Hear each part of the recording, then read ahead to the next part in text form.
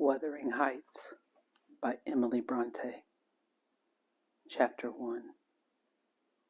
8:01. I have just returned from a visit to my landlord, the solitary neighbor that I shall be troubled with. This is certainly a beautiful country.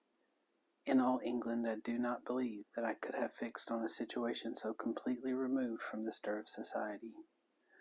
A perfect misanthropist's heaven, and Mr. Heathcliff and I are such a suitable pair to divide the desolation between us. A capital fellow.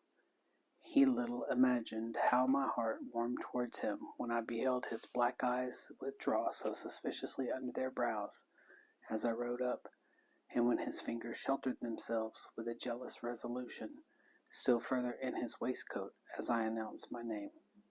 "Mr. Heathcliff," I said. A nod was the answer. "Mr. Lockwood, your new tenant, sir.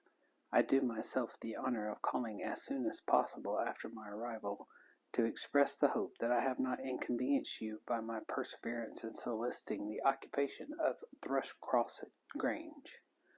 I heard yesterday you had some thoughts." "Thrushcross Grange is my own, sir," he interrupted, wincing.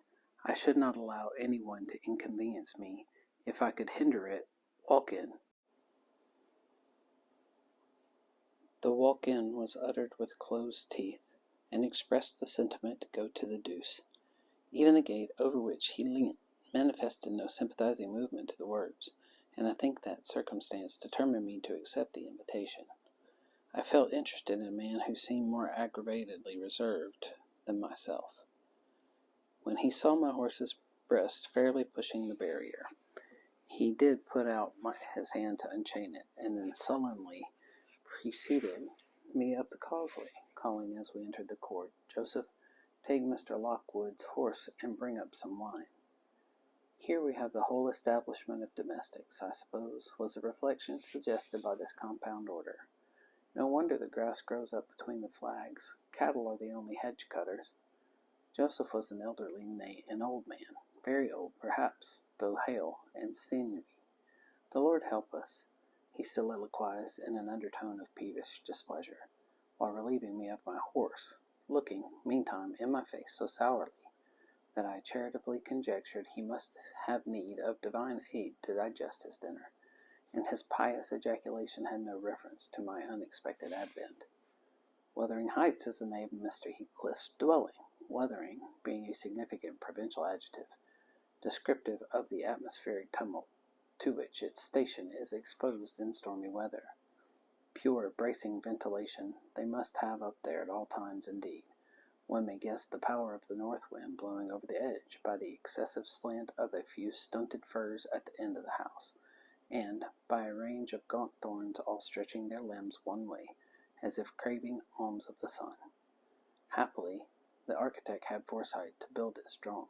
The narrow windows are deeply set in the wall, and the corners defended with large jutting stones.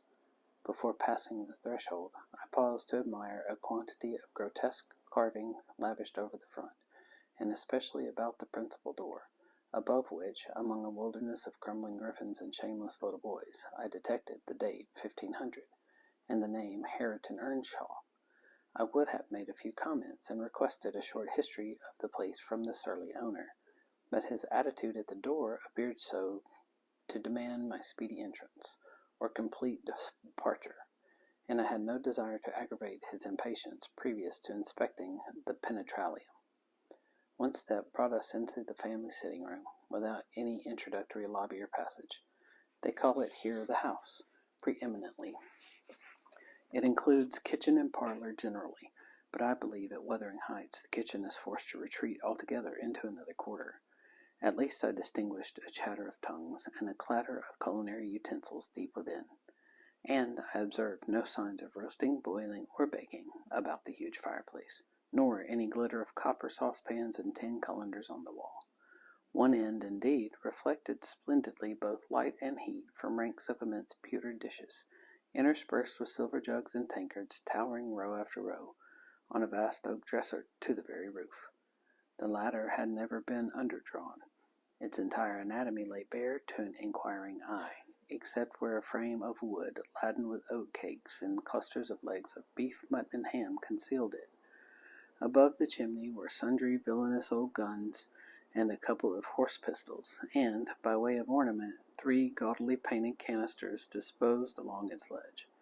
The floor was of smooth white stone, the chairs high-backed, primitive structures painted green, 1 or 2 heavy black ones lurking in the shade. In an arch under the dresser reposed a huge liver-colored bitch pointer, surrounded by a swarm of squealing puppies, and other dogs haunted other recesses. The apartment and furniture would have been nothing extraordinary as belonging to a homely northern farmer, with a stubborn countenance and stalwart limbs set out to advantage in knee breeches and gaiters. Such an individual, seated in his armchair, his mug of ale frothing on the round table before him, is to be seen in any circuit of 5 or 6 miles along these hills, if you go at the right time after dinner.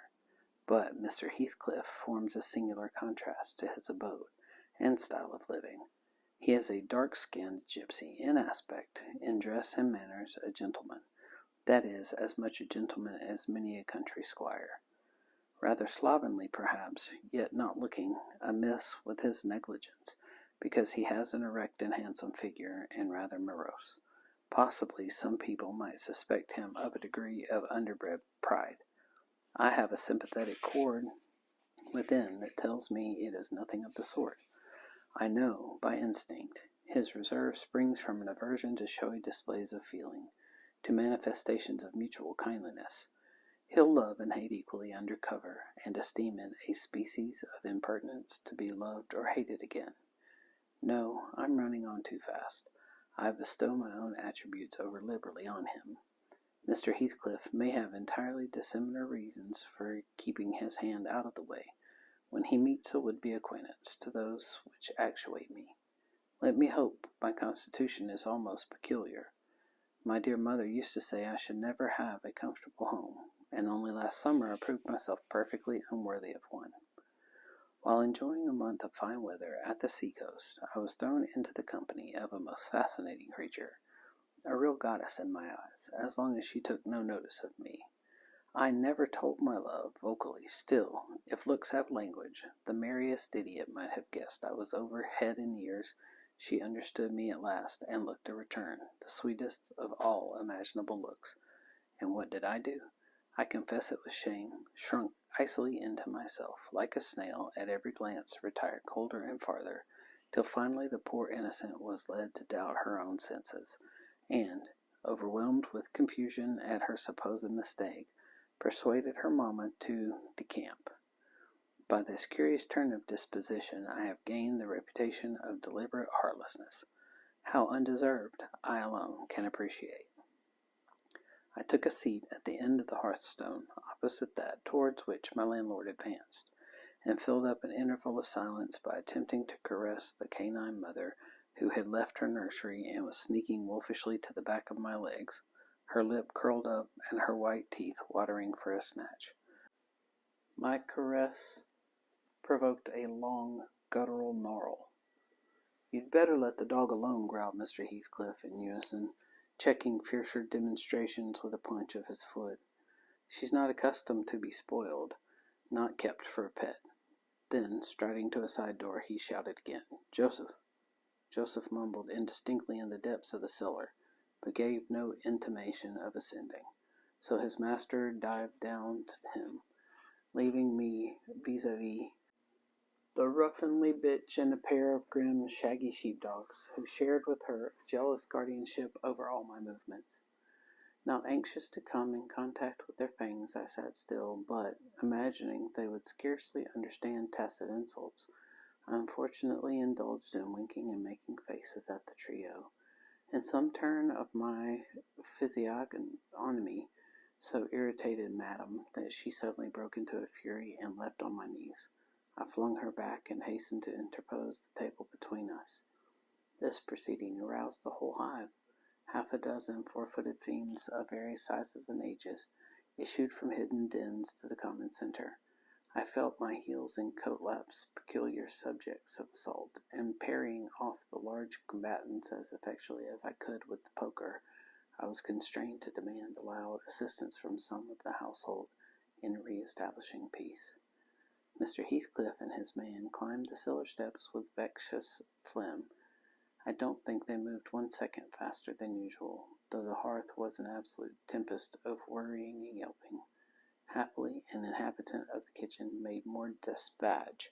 A lusty dame, with tucked-up gown, bare arms, and fire-flushed cheeks, rushed into the midst of us, flourishing a frying-pan, and used that weapon and her tongue to such purpose that the storm subsided magically, and she only remained heaving like a sea after a high wind when her master entered on the scene. "What the devil is the matter?" he asked, eyeing me in a manner that I could ill endure after this inhospitable treatment. "What the devil indeed?" I muttered. "The herd of possessed swine could have no worse spirits in them than those animals of yours, sir.